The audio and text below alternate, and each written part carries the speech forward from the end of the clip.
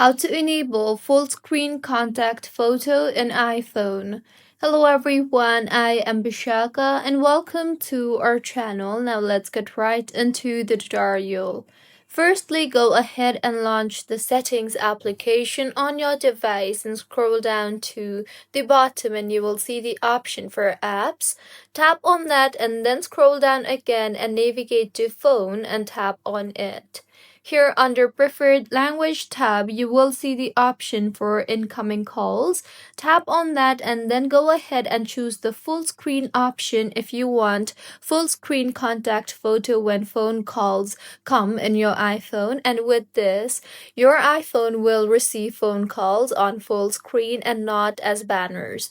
So this is how you can enable full screen contact photo in iPhone. If you find this tutorial helpful, please like the video and do comment if you have any queries. Also, do subscribe to our channel for more helpful tutorials like this. See you on the next one.